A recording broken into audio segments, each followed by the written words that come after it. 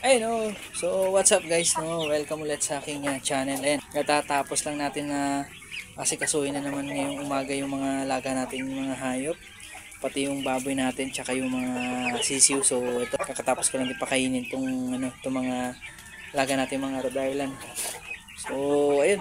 Meron na naman tayong panibagong koleksyon na naman ng mga itlog. So ayan guys, ito yung bago na naman natin kukolektahin for today. So ayan, puro itlog na pure na Rhode Island yung kukolektahin natin. Naglilimlim nga pala yung dalawang ating Brahman. Ayan. Up. Ayun, store yan. Ayan. Bago natin bilangin, lagay muna natin sa sa 3. 2, 4, 6, 8, 10. So 10 piraso. So ayan guys, 10 pirasong na itlog ng Rhode Island yung nakolekta natin na ngayong araw. So medyo dumadami na yung tapos bukod pa yung nandoon sa natin. So yung nandoon sa rep. So malapit na natin mabuo yung isang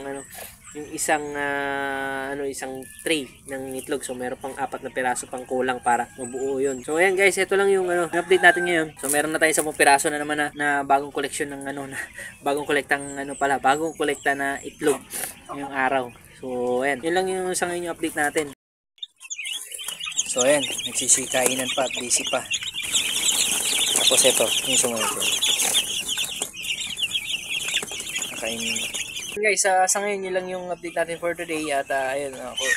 Nga pala kung bago ko tapusin nga pala tong video na to, ayun, kung di ka pa nga pala nakasubscribe nga pala sa aking channel, ayun, huwag mo nakalimutan na mag-like, mag-subscribe, and i-click yung notification bell, pati yung follow nyo na ako sa aking Facebook page. So, yun lang sa ngayon yung update natin for today. Nakakolekta na naman tayo ng 10 pirasong itlog. Actually, hindi ko alam kung after 3 days yata yun or after 4 days bago ko to kinuha, kasi di ko pa kinukuha yung mga itlog ng mga na-produce ng Rhode Island natin. So sa ngayon yun lang yung may bibigay ko na update natin for today.